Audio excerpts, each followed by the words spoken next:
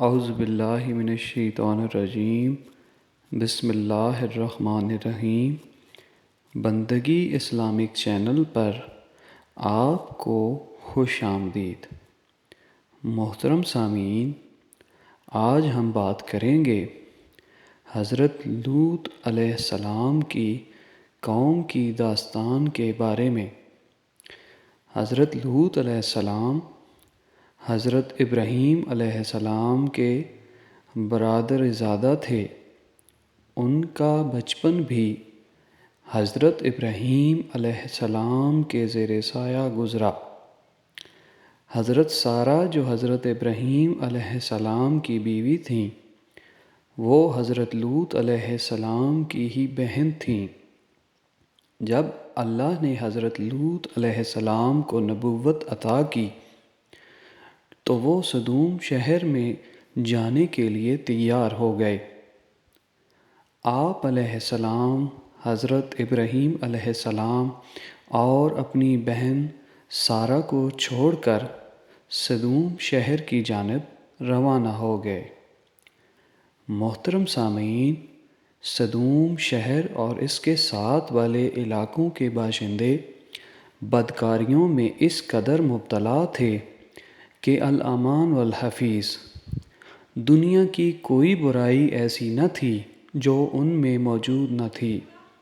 وہ دنیا کی سب سے سرکش، بد اخلاق اور بدکار قوم تھی۔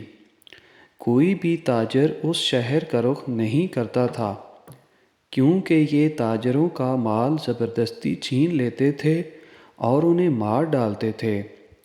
وہ اس کے علاوہ آپس میں بھی لڑتے جھگڑتے رہتے تھے، کسی قاعدے قانون کو نہیں مانتے تھے۔ سب سے بری چیز جو ان سے پہلے کسی قوم میں نہ تھی وہ تھی ہم جنس پرستی۔ وہ عورتوں کو چھوڑ کر مردوں اور بچوں سے ناجائز تعلقات قائم کرتے تھے۔ ان سب برائیوں کی اصلاح کی خاطر حضرت لوط علیہ السلام کو ان کے درمیان بھیجا گیا۔ جب وہ شہر میں داخل ہوئے تو ان کی بگڑی ہوئی قوم نے انہیں پریشان کرنا شروع کر دیا۔ انہوں نے برائیوں سے انہیں باز آنے کی بہت کوشش کی، لیکن چند لوگوں کے سوا کسی نے بھی ان کی بات پر عمل نہ کیا۔ حضرت لوط علیہ السلام اپنی قوم کی وجہ سے سخت ترین آزمائش کا سامنا کرنا پڑا۔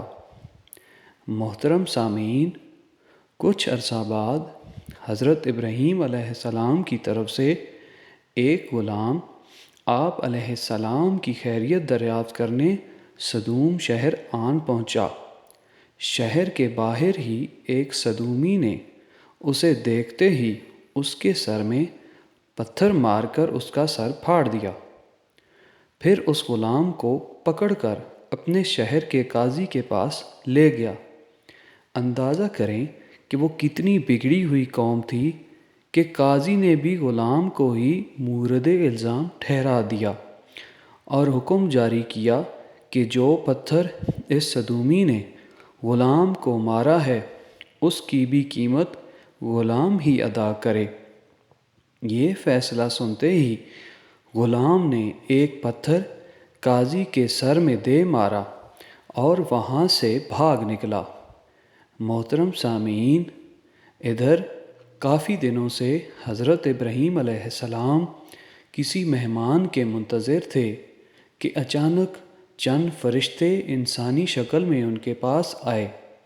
حضرت ابراہیم علیہ السلام انہیں دیکھ کر خوش ہو گئے اور ان کے لیے بھنا ہوا بچھڑے کا گوشت لے آئے، لیکن ان اجنبی افراد نے کھانا کھانے سے گریز کیا، جس پر حضرت ابراہیم علیہ السلام خوفزدہ سے ہو گئے۔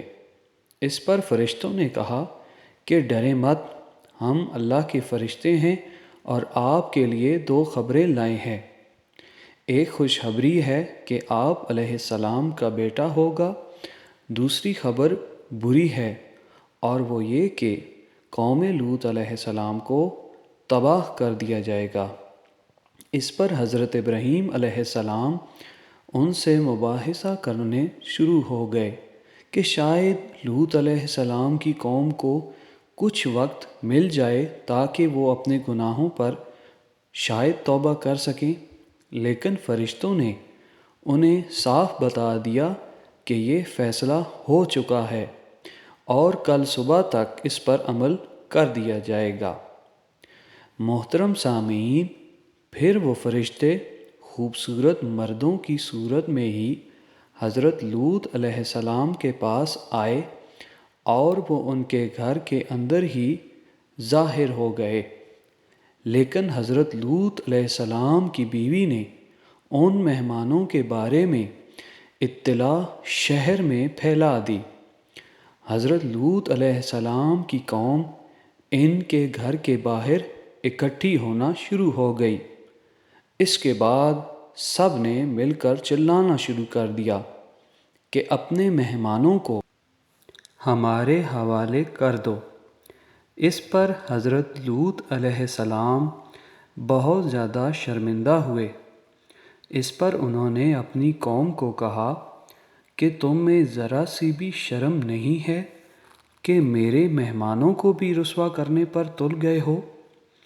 کاش میرے پاس بھی ایک لشکر ہوتا جو تم سب کا مقابلہ کرتا۔